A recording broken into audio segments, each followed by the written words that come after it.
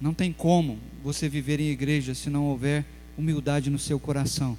Porque como nós temos aprendido, você vai ser ofendido, pessoas vão te ofender, você vai machucar e ser machucado. As pessoas às vezes não vão dar a você o louvor que você deseja receber. Então, essa última parte da carta ainda está falando de sofrimento.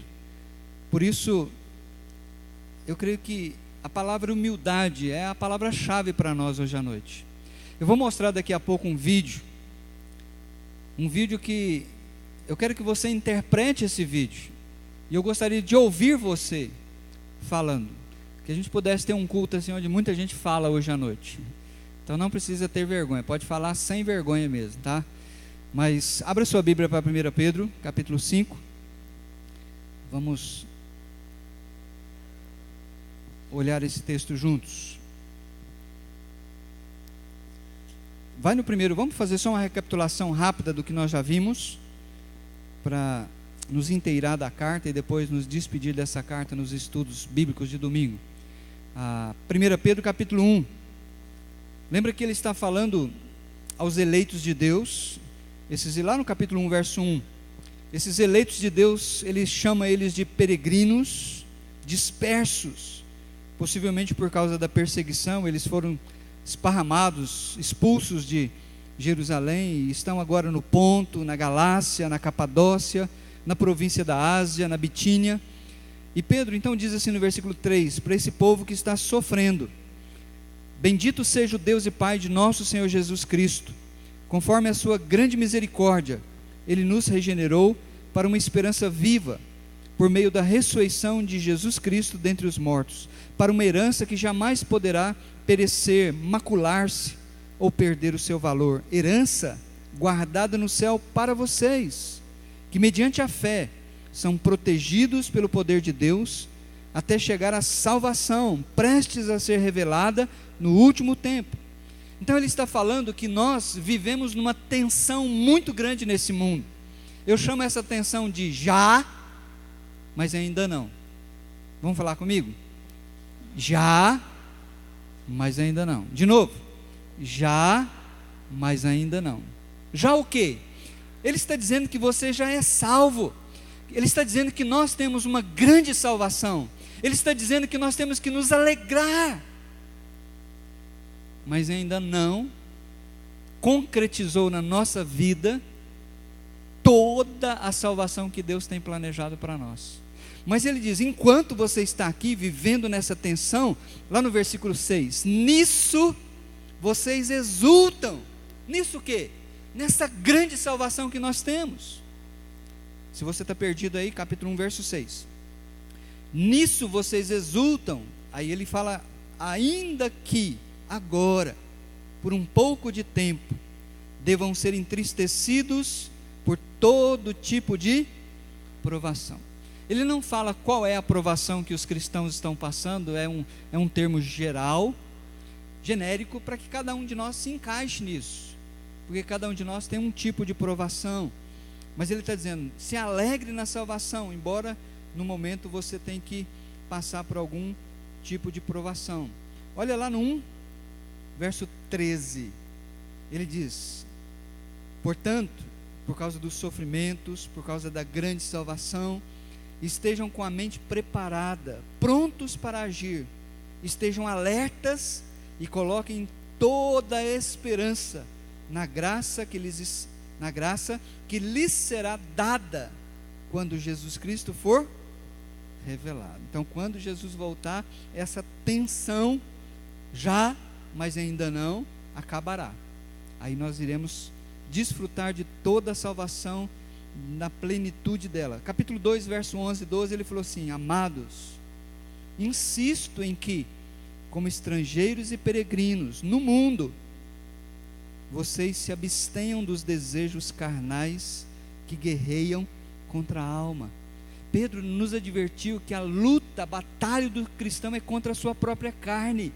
Ele precisa ouvir o que Jesus falou.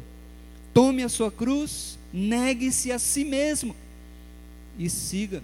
Por isso no versículo 12 ele diz, vivam entre os pagãos, os incrédulos, de maneira exemplar, para que mesmo que eles, os incrédulos, os acusem de praticarem o mal, observem as boas obras que vocês praticam e glorifiquem a Deus no dia da sua intervenção.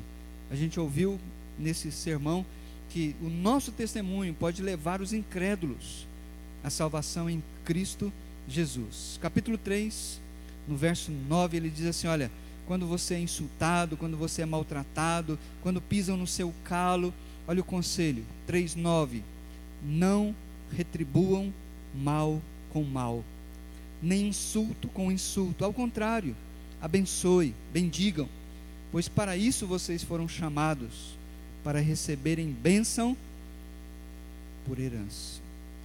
Vai uma página para frente, capítulo 4, versículo 12, ele disse: amados, não se surpreendam, não fiquem indignados, bravos, com o fogo que surge entre vocês para os provar, como se algo estranho lhes estivesse acontecendo. Então, às vezes, Deus permite um incêndio na nossa vida, na nossa igreja, com o objetivo de nos testar, de nos provar. Por isso, lá no versículo 19, onde nós terminamos o sermão semana passada, 4:19, por isso mesmo, por causa desse incêndio, aqueles que sofrem de acordo com a vontade de Deus, devem confiar sua vida ao seu fiel Criador e praticar o bem. E aí então ele começa o capítulo 5 dizendo assim: portanto, está aí na sua Bíblia? Esse portanto tem tudo a ver com o que ele acabou de ensinar, sobre sofrimento, o fogo que está surgindo para provar a igreja. Cadê meu negocinho aqui? Só um minuto.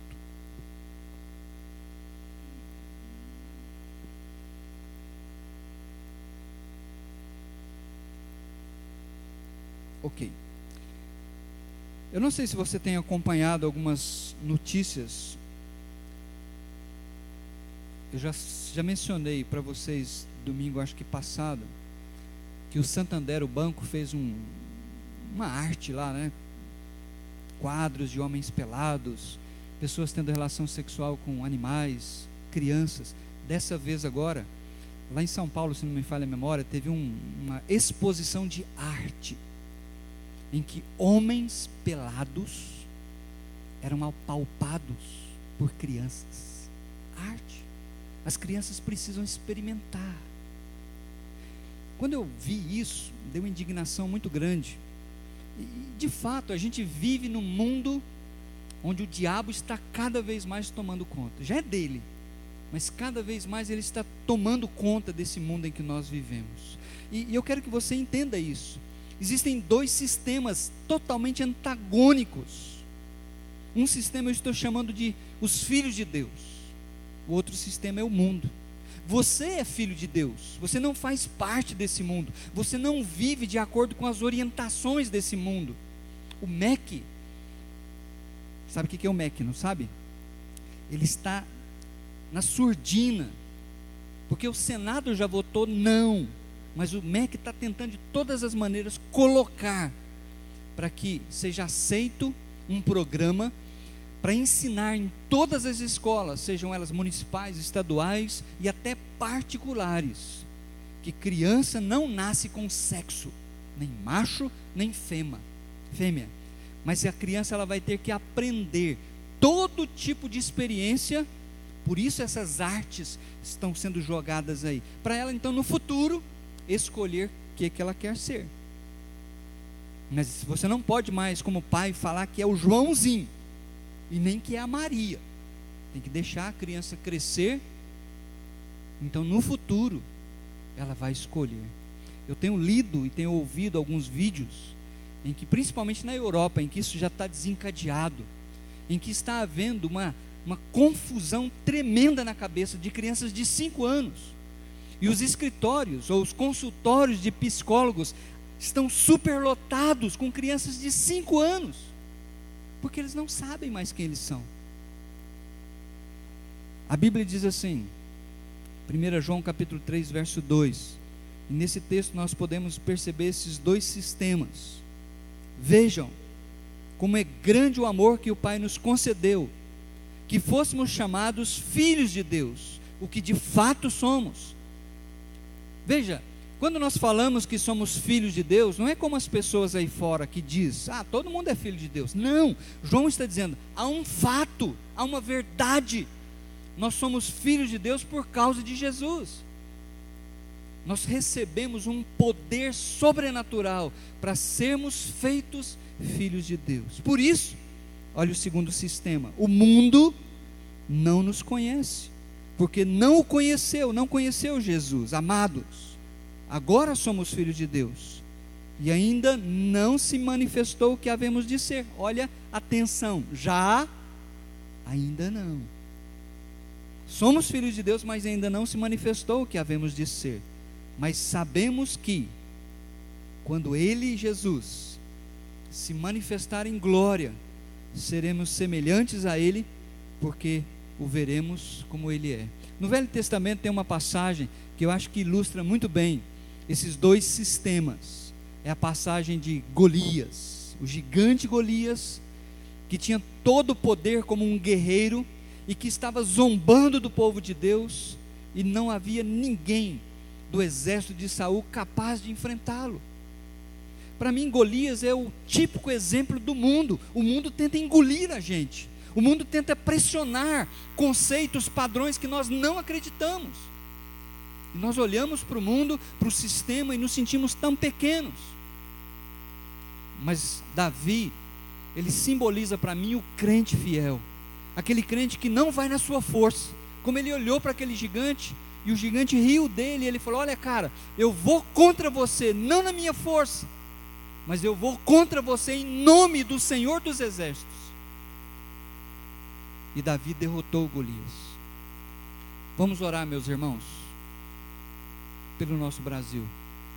Vamos orar para que de alguma forma o nosso Senado, a Câmara dos Deputados, possa impugnar esse projeto do gênero que está tentando entrar e destruir as nossas famílias e os nossos filhos. Eu quero mostrar para você um vídeo agora. É um vídeo, é uma analogia. Talvez você vai assistir o vídeo e vai falar assim: mas isso não tem nada a ver com igreja, Titão, com crente. Tem tudo a ver. E eu espero que você entenda. É uma analogia que eu quero fazer, e você vai ver quem é o cristão, quem é Satanás, quem é a igreja. E você vai começar a perguntar depois: por que cristãos caem em pecado? Eu quero que você responda isso. Por que cristãos caem em pecado? Quem é o nosso inimigo e como ele age? Qual é a responsabilidade do crente? Qual é a sua responsabilidade como cristão? Qual é o papel da igreja? Deixa eu ver se eu vou dar conta de colocar aqui, que Samuel botou esse trem num lugar esquisito. Vai lá.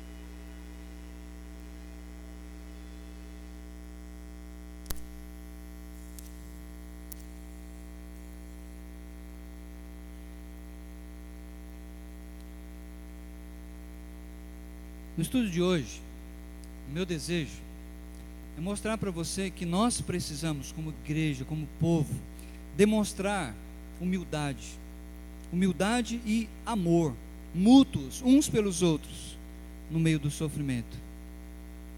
Na medida em que nós confiamos em Deus, porque nós confiamos em Deus contra as ameaças do diabo.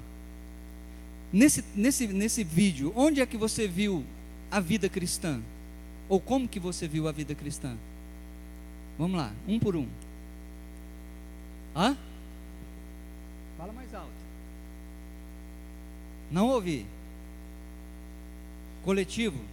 Mas e aquele búfalo que estava sozinho? Quem que ele simboliza? Por que ele foi atacado? Porque ele estava sozinho. Então preste muito bem atenção nisso.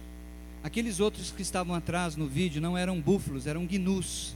Você viu que os leões nem se preocuparam com eles.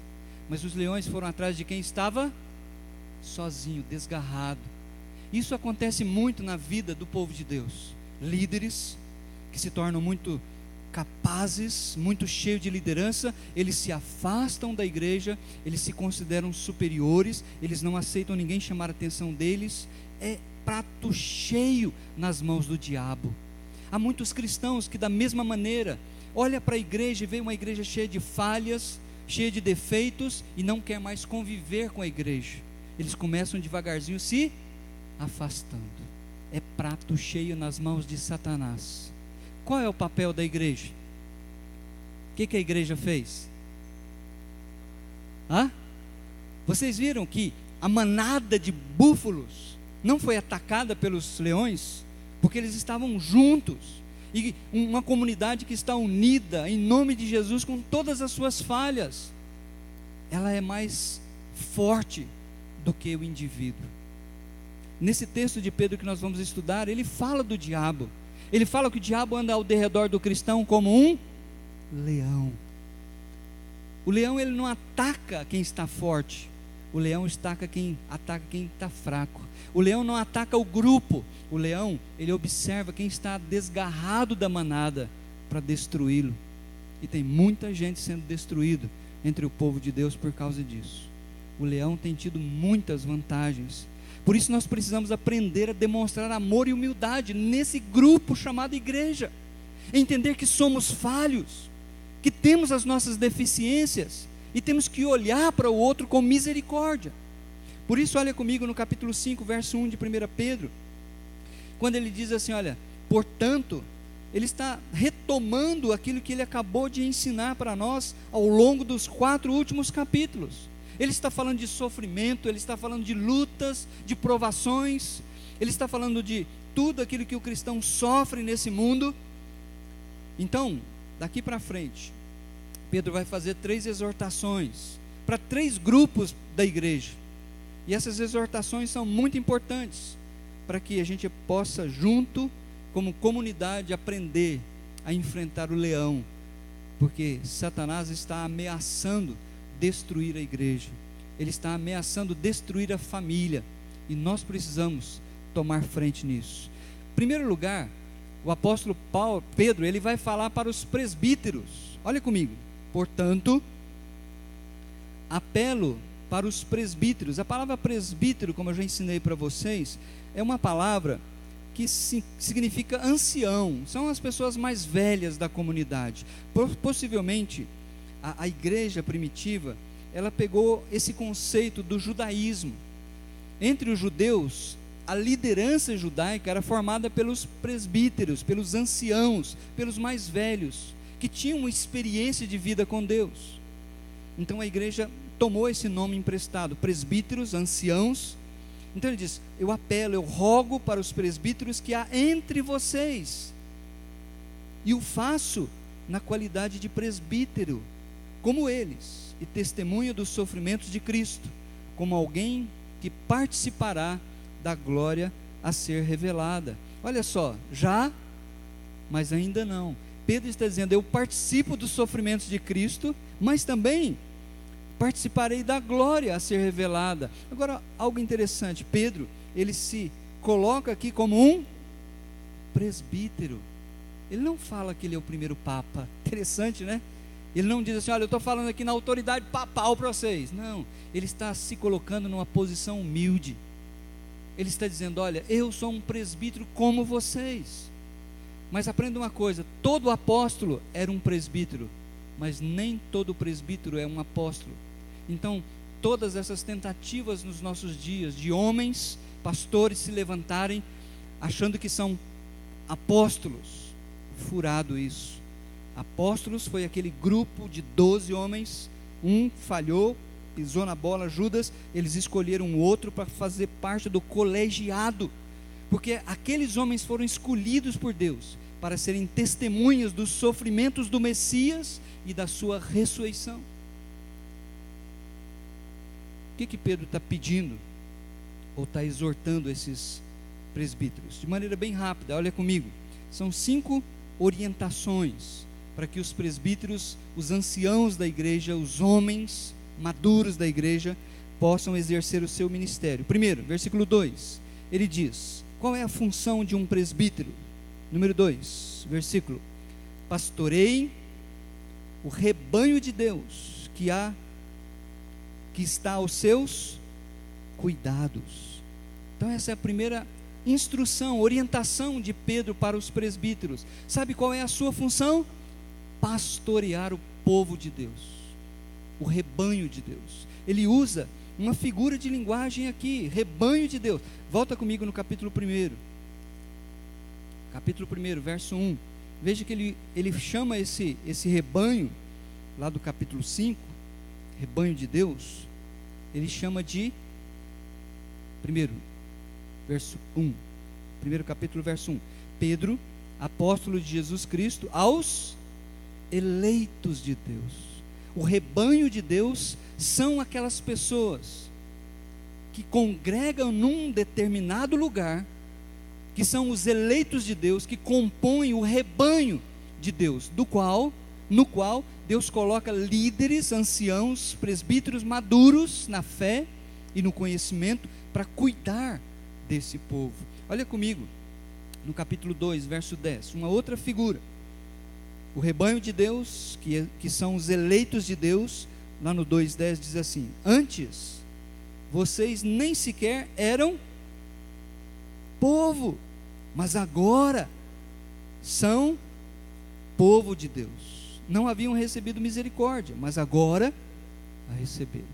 O rebanho de Deus são os eleitos de Deus, que são o povo de Deus. E tem mais uma figura maravilhosa aqui no capítulo 4, verso 17, olha comigo. Pois chegou a hora de começar o julgamento pela casa de Deus. Casa de Deus significa família de Deus. O rebanho de Deus, que são os eleitos de Deus, que é o povo de Deus, é a família de Deus. Que privilégio que nós temos de sermos chamados filhos de Deus, porque somos da família dele. Então qual é a função do presbítero, do pastor? Pastorear. Essa é a sua função. Você não é um pastor para ficar recebendo palminhas nas costas, para você, esse cara é demais. A sua função é cuidar, supervisionar. Por isso, num segundo momento, ele vai falar que a atitude do presbítero para pastorear esse rebanho tem que ser de amor. Olha no capítulo, volta comigo lá, 5, verso 2, parte B do versículo, diz assim, olhem por ele, pelo rebanho, não por obrigação, não constrangidos, mas de livre vontade, como Deus quer. Amor. Você não pode querer ser um presbítero porque tem necessidade na igreja. Não tem ninguém, então pode me eleger. Essa não é a atitude correta. Quando um presbítero se coloca como nessa função de pastorear, o seu coração tem que estar batendo por esse povo imperfeito, esse povo cheio de defeito. Mas esse é o povo de Deus, são os eleitos, são as pessoas a quem ele vai amar e vai ajudar, porque o diabo está ao derredor, e o povo de Deus precisa de liderança para resistir firme na fé. Então, a atitude do presbítero tem que ser uma atitude de amor, não constrangido. A motivação, diz o apóstolo Pedro, olha comigo, versículo 2, na parte C do versículo: não façam isso, ou seja, não sejam presbíteros por ganância. É o que mais a gente está vendo hoje. Nós estamos vendo pessoas querer abrir igreja para ganhar dinheiro, para ficar rico. Pedro está dizendo: nananina, não, essa não é a motivação, essa motivação está errada. Eu vejo muitos pastores mudando a sua teologia para ter mais poder. Eu li um livro do Charles Swindoll, que ele fala que o cristão, a igreja de maneira geral, tem 4 inimigos. Faz assim comigo: 4 inimigos. Quais são esses 4 inimigos? Fecha sua mãozinha. Primeiro, repete comigo: poder. Meus queridos, poder é uma desgraça na vida do servo de Deus. Quando ele se acha poderoso demais, desculpa, eu inverti a ordem aqui, vamos de novo do início. Primeiro, fama. Quando o servo de Deus começa a ficar famoso demais, cuidado, ele estufa o peito, qualquer telefonema que ele dá abre portas. Fama. Segue-se fortuna, porque geralmente pessoas famosas ficam ricas. Fortuna. Então ele diz: olha, cuidado, pastor, com a sua fama, porque isso pode te dar dinheiro e você vai ficar rico. Fama, fortuna. Quem tem fama, fortuna, geralmente tem poder. Cara poderoso. Porque ele liga como eu falei, ele pega o telefone, abre portas, ele tem influência política e vai por aí afora. Então cuidado com a fama, com a fortuna, com o poder e com o prazer. Porque se eu sou um cara famoso, se eu tenho dinheiro e poder, por que me negar o prazer? É isso que Pedro falou para nós no capítulo 2, versículos 11 e 12. Amados, insisto em que, como estrangeiros e peregrinos nesse mundo, que vocês se abstenham dos desejos carnais que fazem guerra contra a alma. O pastor, como qualquer outro homem, ele é homem, mas ele tem que entender que há uma batalha espiritual, e ele não pode sucumbir a isso. Por isso no versículo 12 diz: vivam entre os pagãos de maneira exemplar. O pastor, o presbítero, ele tem que ser exemplo para o seu rebanho.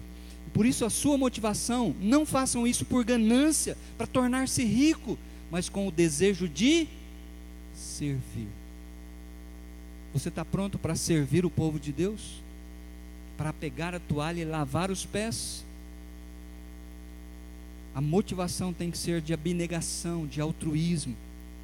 Mas Pedro segue e diz assim, volta comigo lá para o capítulo 5, ele diz: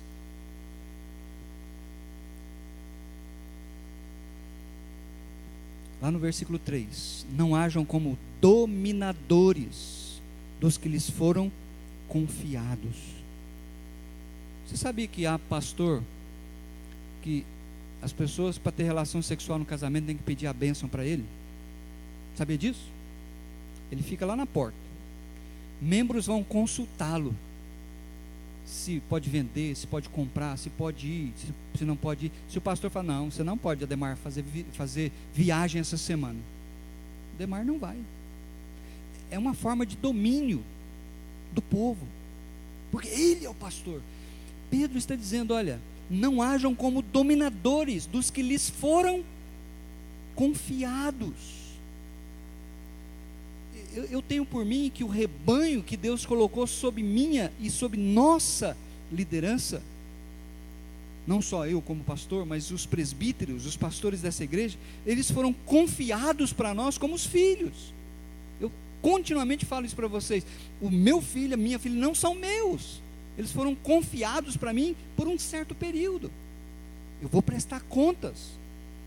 É isso que Pedro está dizendo. Você não pode ser dominador, mas como exemplos para o rebanho. É isso que traz a autoridade para o líder. É a sua vida, é o seu exemplo. É por isso que eu faço tanta questão de que não só os presbíteros, mas cada pessoa que toca bateria, que toca violão, que vem aqui à frente, nós precisamos ter uma vida ilibada diante de Deus, senão seríamos hipócritas, seríamos políticos. A gente tem um discurso, mas escondido a gente tem uma vida hipócrita. Nós não somos políticos. Pedro está chamando, puxando a nossa orelha nesse sentido. E ele está dizendo, por último, que a recompensa não vai vir do aplauso, do tapinha nas costas. Quem exerce qualquer tipo de ministério na igreja, querendo ser aplaudido, reconhecido, está errado. A nossa recompensa não vem dos homens. Versículo 5 ele diz, versículo 4: quando se manifestar o Supremo Pastor, aí sim, vocês receberão a imperecível coroa da glória. Ele está usando a figura de linguagem dos jogos istmicos da época, que seria hoje a nossa medalha de ouro. Mas naquela época, quando um atleta vencia uma prova de 100 metros, 200 metros, sabe qual que era o bambambam dele? Ele tinha uma coroa de louros, de matim, punha na cabeça, e ele ia no mercado, ia no cinema da época lá, ia na Praça do Balvilela, e todo mundo olhava para ele e falava, lá, aquele é o campeão. Uma semana depois aquilo estava murcho, tinha perdido valor. Mas Pedro está dizendo, para nós que somos crentes, a recompensa que virá com o Senhor é imarcessível, ela não murcha, é incorruptível, ela não se corrompe, é imperecível, ela não perece, é a coroa da glória. Eu não creio que só os presbíteros vão receber essa coroa. Ele está chamando a atenção dos presbíteros, porque muitas vezes nós como pastores queremos o aplauso, ele está dizendo, não, está errado. A sua recompensa vai vir com o Supremo Pastor. É Ele que vai recompensar vocês. Por isso, presbíteros, prestem atenção nisso. Qual é a sua função? Qual deve ser sua atitude? Qual deve ser sua motivação, sua liderança e a sua recompensa? Mas Pedro tem uma segunda exortação, e agora ele quer falar com os jovens. Primeiro ele falou com os homens de cabeça branca, os anciãos da igreja. Agora ele quer falar com os mais novos, com os jovens. Olha comigo, versículo 5, só a primeira parte do versículo.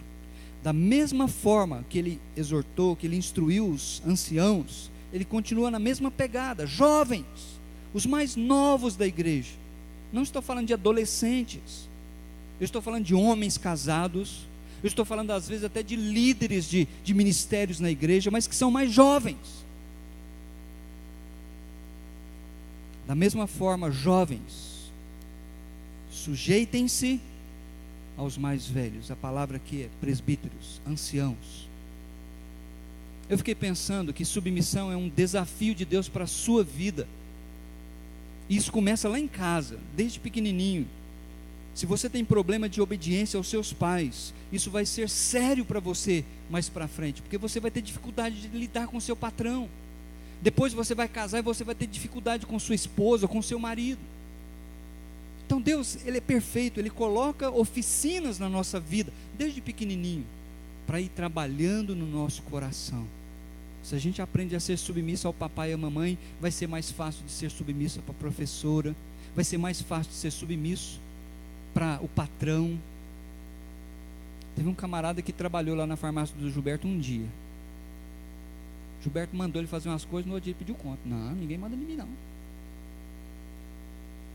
Infelizmente muitos crentes agem da mesma maneira. Obedeçam aos mais velhos. Obedecer é uma escolha, não é uma imposição. Você escolhe obedecer, ou você escolhe se rebelar. Eu fiquei pensando, os mais jovens têm dificuldade de submeter aos mais velhos por alguns motivos. Sabe por quê? Porque são mais orgulhosos. Eu já fui jovem. Quando a gente é mais jovem, a gente acha que a gente é. Aí depois que a gente fica mais velho, a gente percebe que a gente não é nada. Mas isso traz orgulho para nós. Eles são mais independentes, ninguém manda neles. Eles se julgam mais capazes. Quando eu participo das reuniões de pastores lá em Belém, da nossa convenção, eu fico observando os pastores mais jovens. Eles olham para os que têm cabeça branca assim, como se fosse, você já passou, velho. Quem está no comando agora somos nós. Eles se julgam mais capazes. No geral, eles são mais estudados, tiveram mais oportunidades, foram para a faculdade. Eles são mais inteligentes, eles vivem uma outra geração. Eu tenho dificuldade para botar o meu sermão aqui nesse PowerPoint. A Ruth vem, nossa pai, tá bum, ela me ajuda. Então eles são mais inteligentes, eles são melhor preparados. Por causa desses fatores, há uma tendência do mais jovem não se submeter aos cabeças brancas, não se submeter à liderança da igreja. E quando Deus fala para você se submeter aos mais velhos, não é para você se submeter só quando a coisa te agrada. Isso acontece muito em assembleia geral. Nosso sistema de governo é de assembleia. A assembleia toma uma decisão, neguinho já sai daqui de beiço, porque a coisa não aconteceu como ele queria. Por isso nós precisamos de humildade para viver em comunidade.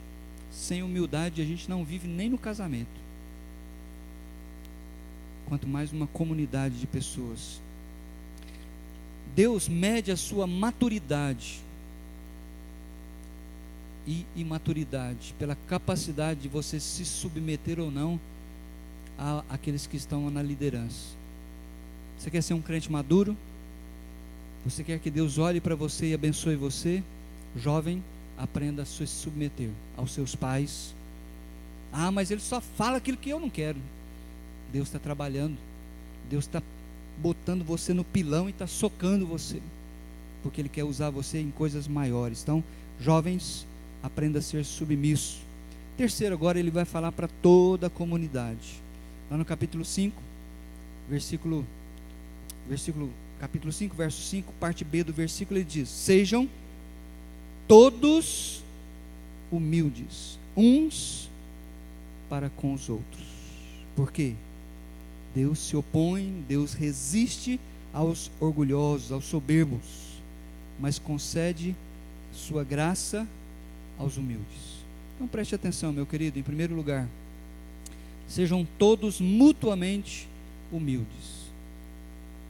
A razão teológica que Pedro dá para que a comunidade seja humilde é porque Deus resiste ao soberbo. Eu já falei para vocês que a Bíblia diz que quem endurece a cerviz e não se curva diante dos outros, vai ser quebrado por Deus, de uma hora a outra. Nós precisamos uns dos outros, ninguém vive sozinho. Por isso Pedro diz que mutuamente nós precisamos aprender, e isso é um aprendizado, porque nós, por natureza pecaminosa, somos orgulhosos. Sejam humildes uns para com os outros. É a instrução do apóstolo Pedro para nós. Segundo lugar, veja aí comigo. Depois de chamar você para ser humilde uns com os outros, ele diz lá no versículo 6: portanto, humilhem-se debaixo da poderosa mão de Deus, para que Ele, olha a razão, os exalte no tempo devido. Lancem sobre Ele toda a sua ansiedade. Por quê? Porque Ele tem cuidado de vocês. Interessante a ordem que Pedro colocou. Primeiro, ele diz: sejam humildes uns com os outros. Aí depois ele diz: sejam humildes para com Deus. Porque é fácil no meu orgulho eu dizer que eu sou humilde. Que homem humilde eu sou.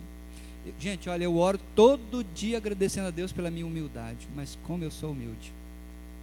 É fácil eu pensar que eu sou humilde diante de Deus, mas o grande teste da minha humildade é o relacionamento com a igreja, é o um com os outros, é o tete a tete, é quando nós vivemos em comunidade, é que eu vou ser provado, é que de fato Lembra de uma ilustração que eu dei aqui, mostrando para vocês o sachê de chá? Quando ele está fora na minha mão, ele parece muito bonito, mas quando eu introduzo na água quente, ele exala aquilo que está dentro dele. Então Pedro foi categórico nisso. Você precisa ser humilde primeiro, uns com os outros. Depois, você vai se submeter a Deus. E ele dá duas razões. Primeiro, Deus exalta aqueles que são humildes, porque Deus detesta pessoas orgulhosas. O diabo foi a primeira pessoa orgulhosa, por isso foi expulso do céu. Deus, ele resiste, ele não abençoa. Como nós aprendemos, ele vira o rosto daquelas pessoas que são orgulhosas e não derrama sua graça nem o seu favor. Sejam todos mutuamente humildes, humilhem-se perante Deus. Terceira recomendação para a igreja, lá no verso 8: estejam alertas e vigiem. Qual é o motivo? O diabo, o inimigo de vocês, anda ao derredor como leão, rugindo e procurando a quem possa devorar. Resistam-lhe, permanecendo firmes na fé, sabendo que os irmãos que vocês têm em todo o mundo estão passando pelos mesmos sofrimentos. Entenderam por que eu mostrei aquele filme para vocês? No início, aquele búfalo que estava sozinho, desgarrado da manada, para mim é o crente orgulhoso, é o crente que não quer se misturar, é o crente que não quer se humilhar e viver em comunidade. Vai ser destruído pelo diabo, se não se arrepender e voltar. Olha o que diz: o diabo, o inimigo de vocês, anda ao derredor como leão, rugindo, bravo, procurando a quem possa devorar. E qual é a orientação? Resistam-lhe. Agora preste bem atenção na instrução bíblica. A Bíblia não mandou você amarrar o diabo, não existe isso na Bíblia. A Bíblia não mandou você brigar com o diabo. A Bíblia não mandou você fazer entrevista com o diabo. A Bíblia falou para você resisti-lo. Como que se resiste o diabo? O que a Bíblia fala? Permanecendo firmes na fé. Sabe por que ele falou isso? Porque a tentação do crente, quando está passando por sofrimento, quando ele foi decepcionado, quando algo aconteceu que o feriu, que o machucou, é ele pensar que Deus o abandonou, é ele pensar que ele não merece estar sofrendo aquilo que ele está sofrendo, e que Deus está pisando na bola com ele, uai. E isso é uma faca que pode nos matar e nos levar para longe da fé. Por isso Pedro está dizendo: olha, saiba que você não está sofrendo sozinho. Você pode achar que está sozinho, mas só comigo. Não, Pedro está dizendo que sofrimento igual ao seu, no mundo inteiro, tem crente passando pela mesma situação.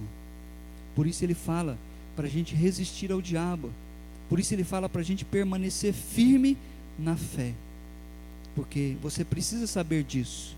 Você não é o único que está sofrendo. Pessoas também estão sofrendo como você.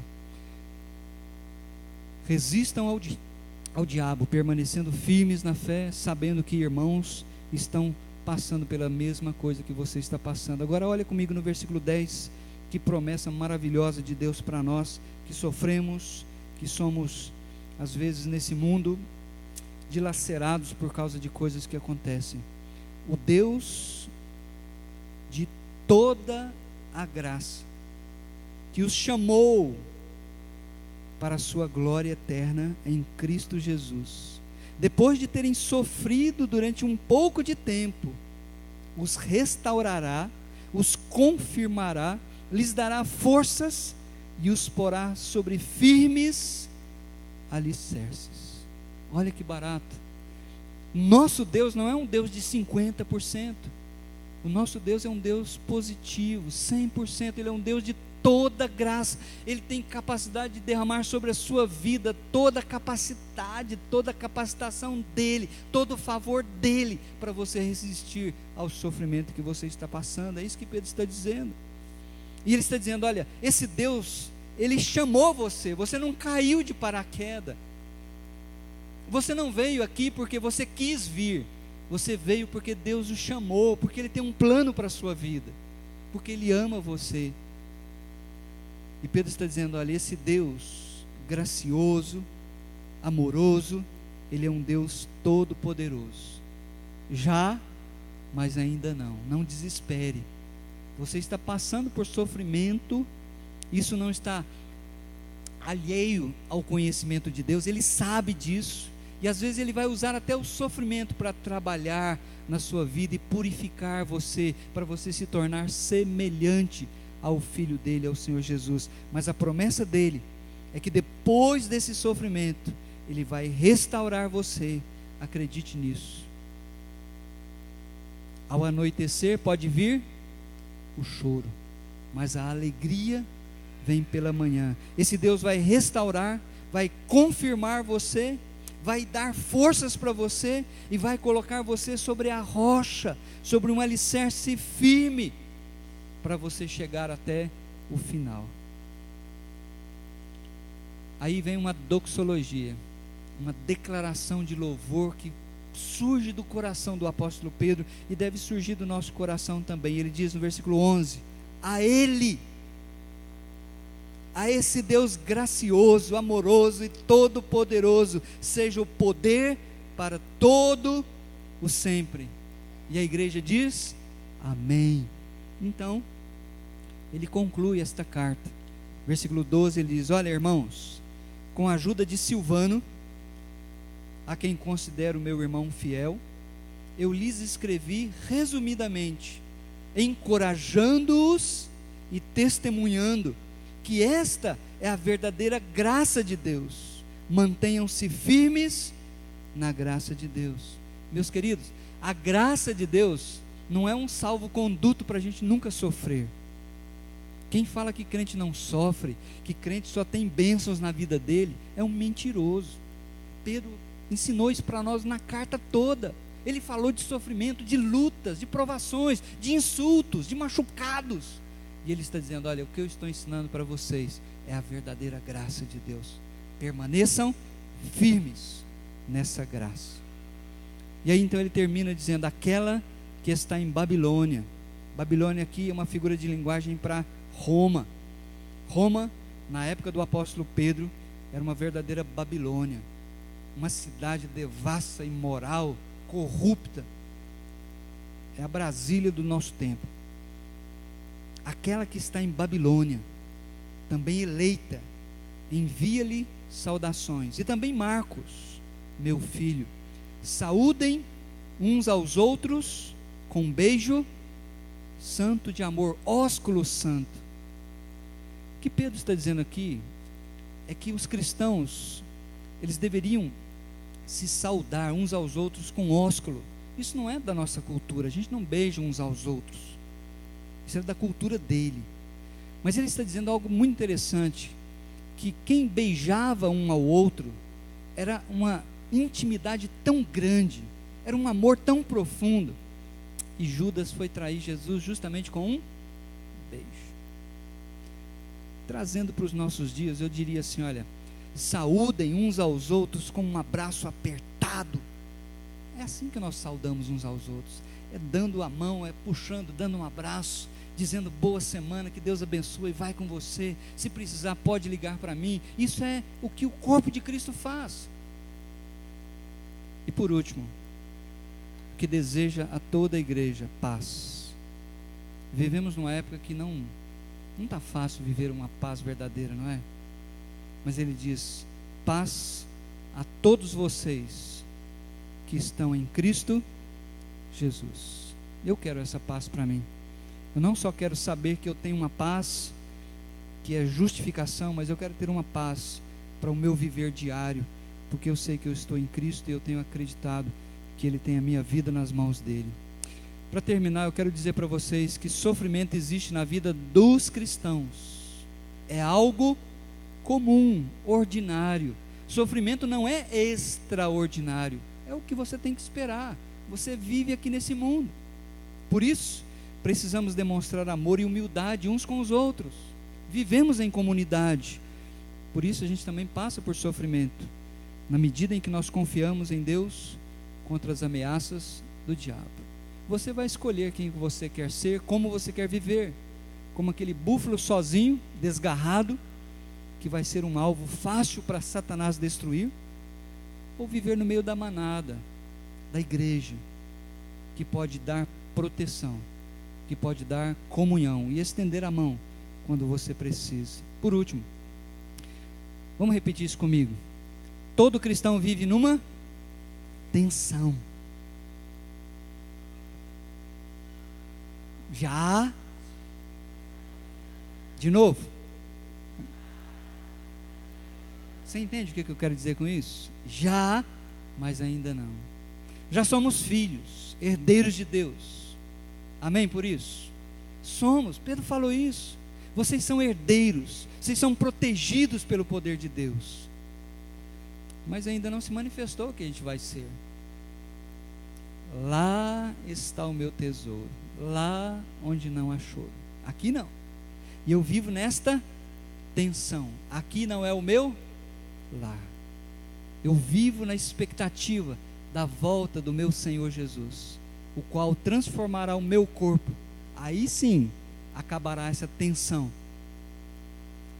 E aí então eu serei aquilo pelo qual Deus me escolheu para ser toda a eternidade na presença dele. Amém? Cadê os presbíteros da igreja? Fiquem firmes. Cadê os cabeças brancas da igreja? Fiquem firmes. Vocês são, não sei se vocês perceberam no filme, mas naquela manada havia alguns búfalos na frente. Aqueles são os líderes da manada. Cadê os jovens? Aprenda a ser submisso, mesmo quando alguma decisão for tomada que não agrade você. Creia que Deus está no controle. A Bíblia diz que Ele tem o coração do rei nas mãos dele. Ele pode inclinar esse coração para o lado que Ele quiser. Onde está toda a comunidade? Vamos aprender a viver em humildade e amor uns com os outros. Deus tem prazer nos humildes, e Ele derrama sua bênção sobre um povo humilde e amoroso. Amém?